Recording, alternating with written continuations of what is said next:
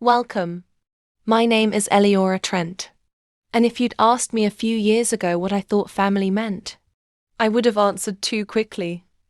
Loyalty, sacrifice, unconditional love. Now I tell you something different. Now I tell you this. Family isn't just who you share blood with. It's who sees you even when there's nothing to take.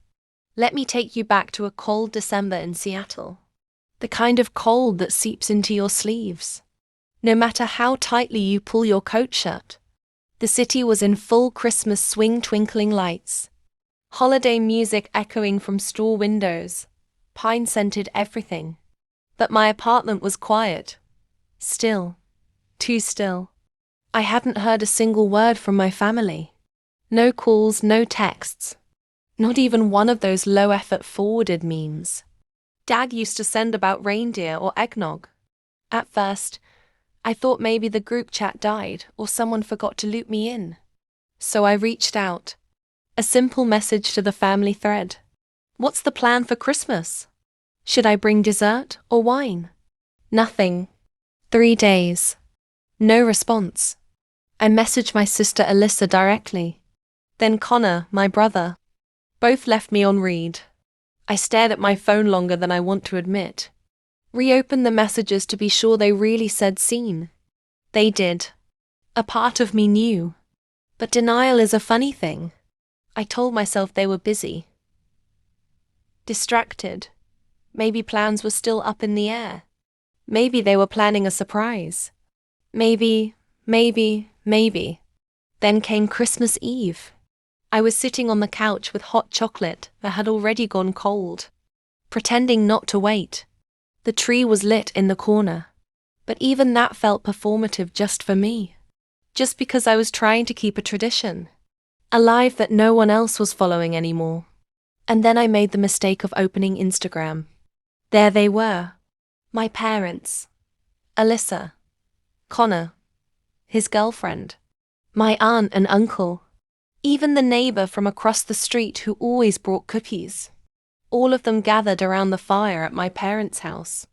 They were smiling, drinking champagne, holding up those stupid printed mugs Mom makes every year except. Mine wasn't there. I used to have a spot on the couch. Right side cushion always.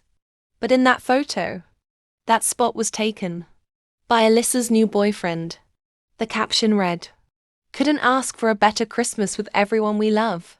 Everyone. And just like that, I was airbrushed out of the family portrait. Like I'd never existed. I didn't cry. I didn't throw my phone ... I just sat. It's a strange thing when you realize you've been cut out silently. No conflict. No fight. Just absence. Just intentional exclusion. Masked by nothing. I went to bed with that photo still open on my screen. I didn't sleep much. Then came Christmas morning. I heard a knock on my door. Not a person, but a courier.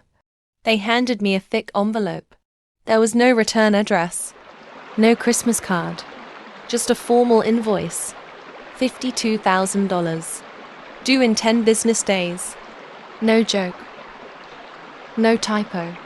Inside was a letter that read, "As discussed, please find your share of the contribution toward Alyssa's new vehicle. Given your income bracket and prior financial involvement, this figure reflects a fair division of cost. Payment can be made directly to our family account. Thank you."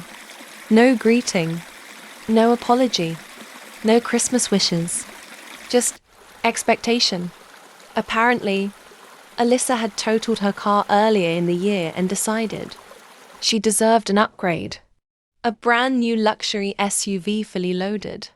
And the family, bless their hearts, had agreed to help her buy it. Only, I wasn't part of that agreement. I was never even asked. But now, when the check was due, suddenly I existed again. That was the moment I stopped being confused. I stopped giving the benefit of the doubt. I stopped hoping that silence meant busy or accidental.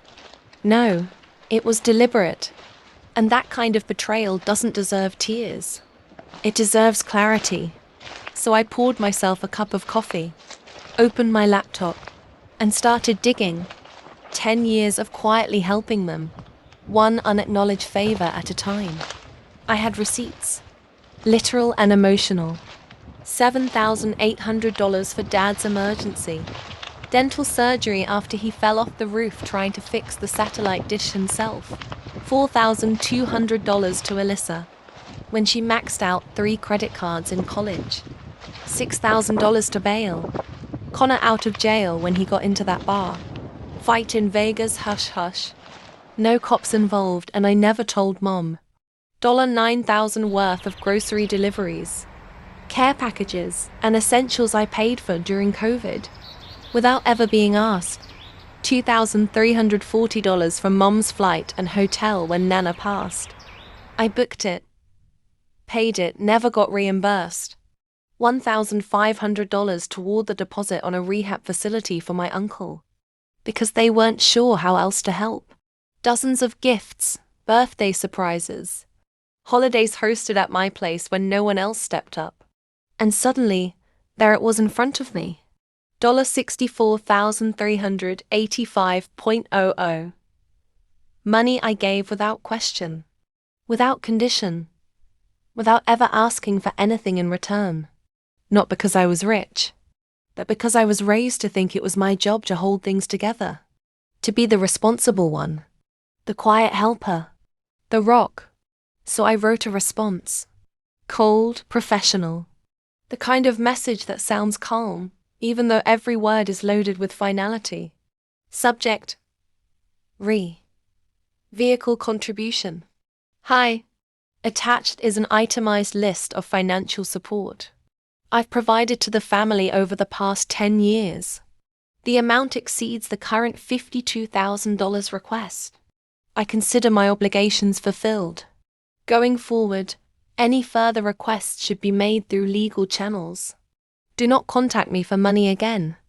Eleora. And then, silence. For days. Until, finally, Alyssa messaged me privately. I didn't know they didn't invite you. I honestly thought you said you couldn't make it. I'm sorry. I'll figure out the car. You shouldn't have been asked. I didn't know whether to believe her. But I replied, I appreciate you saying that. Thank you. And that was it. I haven't spoken to my parents since. Not a call. Not a text. No apology. Not even a passive-aggressive forward. And strangely, I'm at peace. I've made new traditions, new boundaries, new recipes, new friends, and one thing I've promised myself. I will never again invest in relationships that only recognize me when I'm giving. Moral of the story: you're not unkind for walking away from people who only remember you when they need something. You're not cruel for protecting your peace, your time, or your money. Family isn't who demands your loyalty. It's who earns it through love, through presence, and through truth. And sometimes the greatest gift you can give yourself is leaving the table where you're no longer welcome.